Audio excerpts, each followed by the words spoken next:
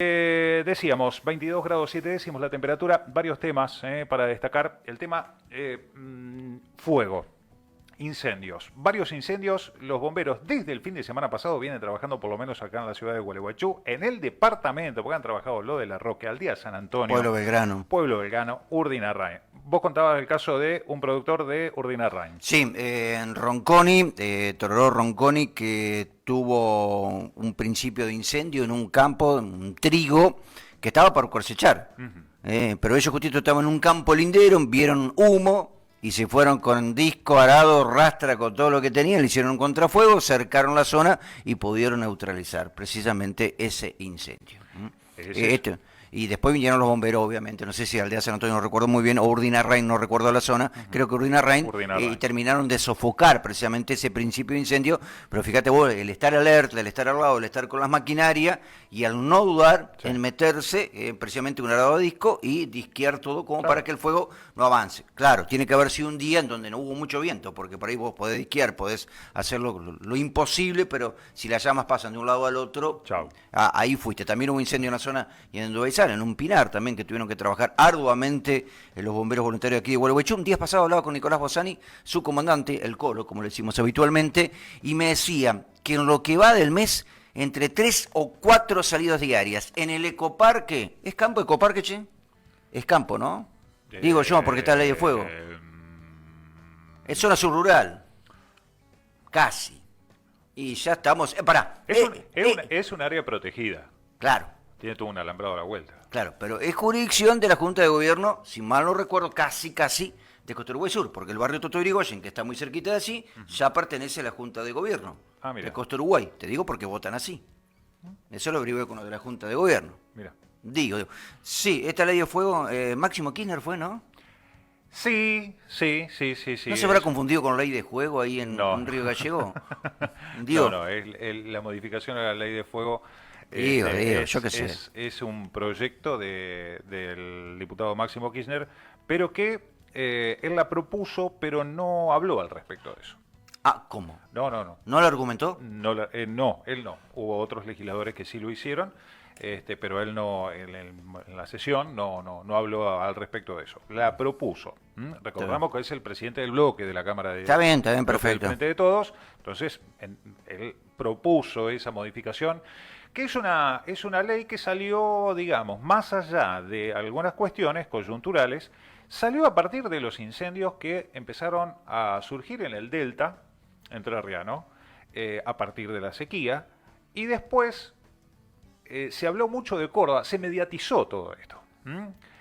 Primero, ¿por qué? Porque la gente que reside en Rosario empezó a recibir el humo, porque había mucho viento norte, y empezó a quejarse feo. Sí, inclusive, perdóname, acusaron de manera, me parece, bastante atrevida, por llamarlo de alguna manera, al gobernador de la provincia, Gustavo Bordet. Por ejemplo, como que no hacía nada y demás.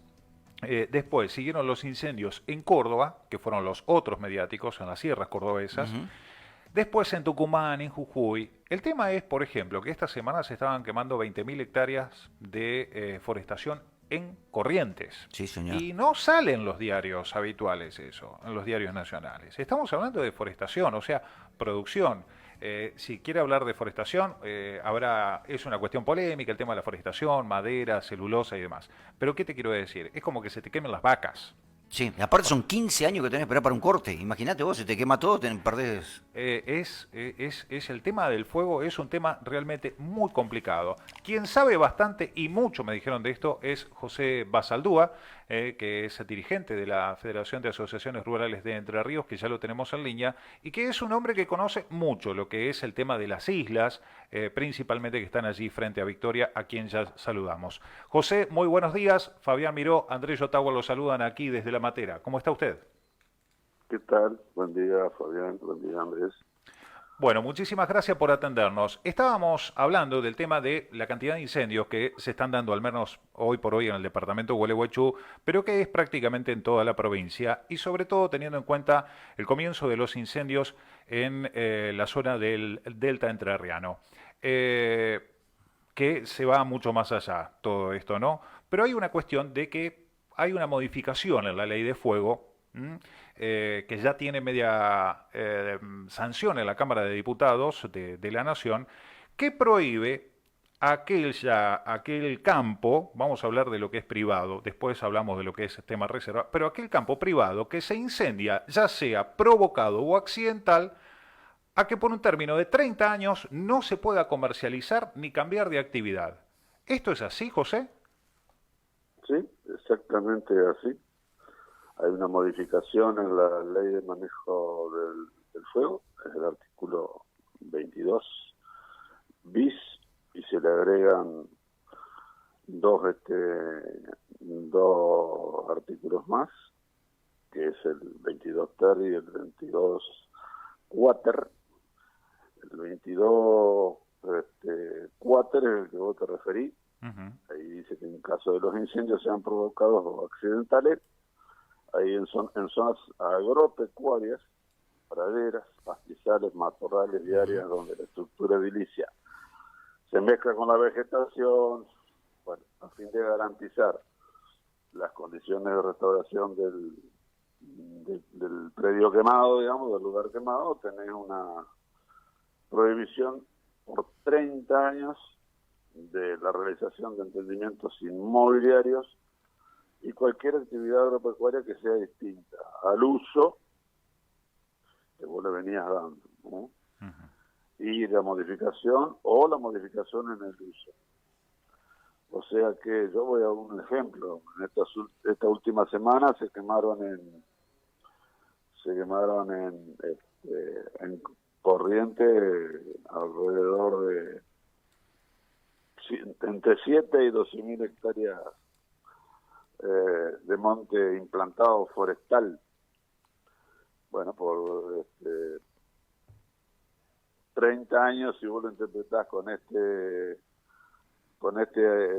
artículo, no pueden cambiar de actividad.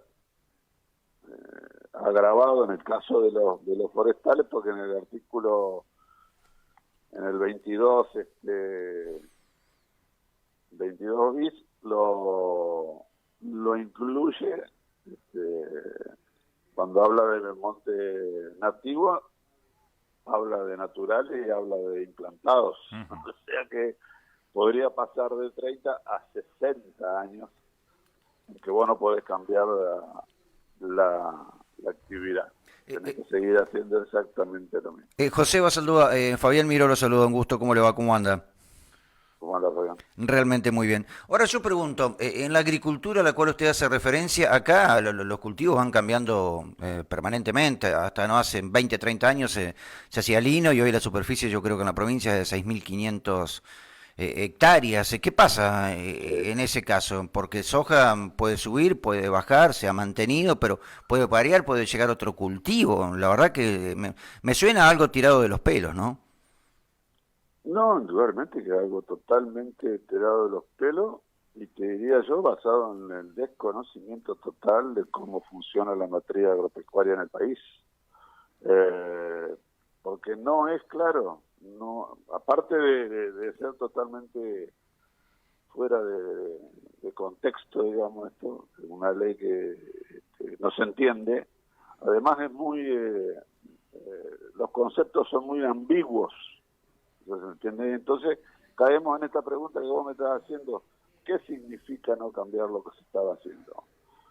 La mayoría de los, digamos, de los sistemas productivos en Argentina son mixtos. Sí. Vamos a suponer que vos ya te quema un lugar, un lote donde vos estabas haciendo ganadería. ¿Y qué se entiende por no cambiar lo que se estaba haciendo? Si en el establecimiento se estaba haciendo agricultura y ganadería, ¿se debe seguir con la agricultura y ganadería? O si en ese lugar se estaba haciendo ganadería, solamente se puede hacer ganadería. O sea, no hay una claridad ni siquiera en entender claramente qué es lo que significa seguir con la actividad que se estaba haciendo. Perdón, una preguntita antes de Cholo, para terminar lo que recién formulaba, ¿no? La famosa rotación, a la cual tanto uno hace referencia, hacer un año de agricultura, después hacer ganadería, hacer un poco de pradera, ya no tendría sentido de ser. Y tendría sentido, yo digo que digamos, yo creo que esto va a traer grandes problemas y seguramente va a haber muchas presentaciones judiciales porque es totalmente inconstitucional, digamos. Te estás metiendo con una... se está metiendo dentro de una cuestión que está expresamente en la Constitución, que es el uso y goce de la propiedad privada, ¿viste? Lo cual es inviolable. Vos podrás regular el modo en que se hacen las cosas, pero no prohibirlas. Claro. Así que, bueno, lamentablemente, bueno, pasó rápidamente estaba en una sola comisión en diputados, o sea, el dar dictamen fue bastante fácil. Ustedes saben que en todas las comisiones la mayoría la tiene el oficialismo. Y bueno, en Cámara de Diputados ya pasó, en senadores creemos que no va a haber no va a haber demasiadas modificaciones porque estamos en la misma situación. Y bueno, va a tener mucho conflicto porque además es una ley que está directamente, el único perjudicado, digamos, es solamente el sector agropecuario. No está dirigida específicamente hacia el sector agropecuario. José, no incluye otras cosas. José, con el tema de la prohibición de vender ese campo, ¿no? Que se ha incendiado accidentalmente o por alguna negligencia o provocación, ¿está prohibido venderlo para cualquier actividad? O sea que si, por ejemplo, un campo está en sucesión por 30 años, esa sucesión, por ejemplo, no se puede resolver, supongo. Exacto. Hay una excepción. Creo que hay una parte que habla del tema de la sucesión. Pero bueno, digamos que no es la norma, digamos, la sucesión en general. Cuando habla de emprendimiento inmobiliario, uno puede entender que a lo mejor es simplemente cambiar de actividad dentro del sector, digamos, se vende el campo para hacer otra cosa, pero bueno, eso no se puede hacer. Ese tipo de cosas no se puede hacer. Inclusive hay un inciso que habla de que no se puede modificar la superficie con el fin de desarrollar prácticas agropecuarias intensivas. Zonas periurbanas donde la mayoría de los campos donde está ubicado los emprendimientos que hacen horticultura. Horticultura intensiva. Claro. Sí, no, ni hablar. No hay otro. Sí. Y si vamos hacia nuevos sistemas productivos que llamamos de bajo impacto de insumo, de que necesitas obviamente mayor mano de obra, son intensivas. Claro. Sí. Cuando hablamos de no utilizar productos fitosanitarios en zonas urbanas y dedicarlas a producciones de este tipo, bueno, si se prende fuego, se incendia ese campo, no podés hacer tampoco ese tipo de actividades, digamos. Bien, estamos con José Basaldúa, integrante de FARER, presidente de la Sociedad Rural de Victoria en alguna oportunidad, sí, hace algún tiempo, ¿no? Queremos destacarlo, pero un dirigente con muchos años. Pasamos a otro extremo, ley de humedales. Exactamente. ¿Qué plantea esta modificación en lo que hace a la ley de humedales, José? ¿Cuál es el planteo que se está haciendo? Bueno, la ley de humedales es un tema complejo, es un tema complicado. Hemos estado en estos últimos 60 días trabajando intensamente. Llegó a haber 14 proyectos en el Congreso. Y como vos decís, la Comisión de Ambiente sacó un dictamen de mayoría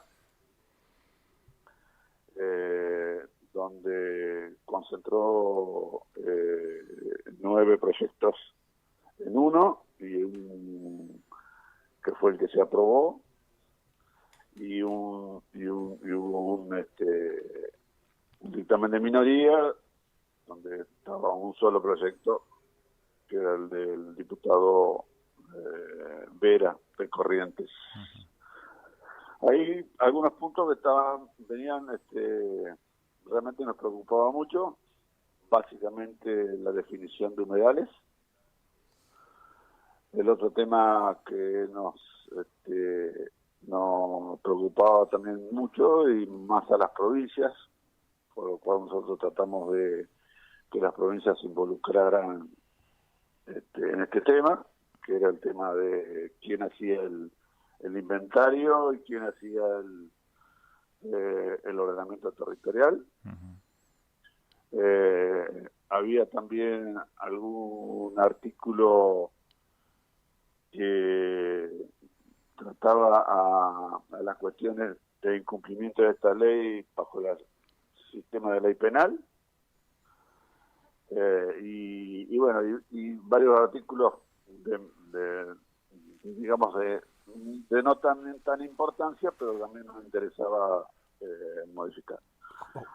En definitiva, en el primer tema, el tema de cómo se conceptualiza el humedal, qué significa un humedal, se terminó definiendo de una manera que a nosotros nos deja bastante conforme, porque la definición original que tenía en la mayoría de los proyectos significaba un inventario de más de 60 millones de hectáreas a nivel nacional, y la definición que quedó, por lo menos en este dictamen de la Comisión, estamos hablando de entre 22 y 24 millones de hectáreas a nivel nacional. O sea, era una cuestión muy importante que quedó salvada en la definición que quedó en lo que salió de la Comisión de Ambiente. Eso es para nosotros muy importante. José, primeramente, ¿qué es lo que se tiene en cuenta como humedal? Y principalmente, si plantea esta ley, que sean intangibles, o sea, que no se pueda hacer absolutamente nada en ellos. Estamos hablando de alguna tarea productiva, ¿no? No, pero después, a ver, después hay una clasificación, dentro del inventario hay una clasificación, hay niveles de humedales, hay 4 niveles de humedales, no están claramente definidos en la ley, pero creo que eso será definido con mayor claridad en los decretos reglamentarios. Pero al igual que la ley de bosque, no sé si te acordarán, la ley de bosque había 3 niveles de bosque nativo, rojo, amarillo y verde. El rojo era el intangible, supongamos que en este sea el nivel 1, y después había, en el caso de nativo, en el amarillo tenías algunas restricciones, básicamente no podías hacer agricultura, estaba todo lo que se podía hacer era trabajar con ganado, hacer un sistema silvopastoril, y el verde en donde vos podías hacer ganadería y agricultura. Bueno, en este caso va a ser lo mismo, digamos, va a haber distintas, se va a graduar el uso, las posibilidades de uso de los humedales en 4 niveles. José, todavía, como yo te digo, no están claramente definidos. José, ¿cómo es el caso concreto de Victoria? Recuerdo la última gran inundación que hablé con usted hace ya, no, usted me dirá qué año fue, 2009, no recuerdo con exactitud. Sí, 2009. 2009, bueno, donde los animales se caían de los barcos, que no había barcos, que los mismos cotizaban en bolsa por el servicio, que había mucha hacienda en las islas y no se registraron incendios porque, bueno, precisamente la hacienda controlaban los pastizales, los mantenían, digamos, al ras, por decirlo de alguna manera. Hoy, en época de sequía, la cantidad del rodeo vacuno en las islas bajó considerablemente. ¿Hay alguna explicación para todo esto? Y si esta ley de humedales, que todavía no está muy clara, puede llegar a desalentar a algún productor a seguir trabajando en esa zona. Mira, aquella inundación realmente yo no me acuerdo bien las cifras, pero creo que llegaron a morir alrededor de 800.000 cabezas. Eso realmente desalentó mucho la utilización del recurso pastoril de las islas. Desde ahí para acá, las cantidades nunca volvieron, la carga en la isla nunca volvió a ser la misma. Y después, en el caso de Victoria, tuvimos prácticamente 1 año y medio bajo agua. Previo a la sequía tuvimos 1 año y medio bajo agua, con lo cual siguió desalentando la utilización de ese recurso forrajero, digamos. Hoy, en los mejores momentos de esta última etapa, y había un 30%, 35% de las cabezas que hubo en aquel momento. Y de ahí viene la gran acumulación de materia seca y obviamente todo este tema de los incendios que indudablemente son es fácil de que se inicien y muy difícil de apagar, salvo una lluvia generalizada que no llega. No hay otra manera.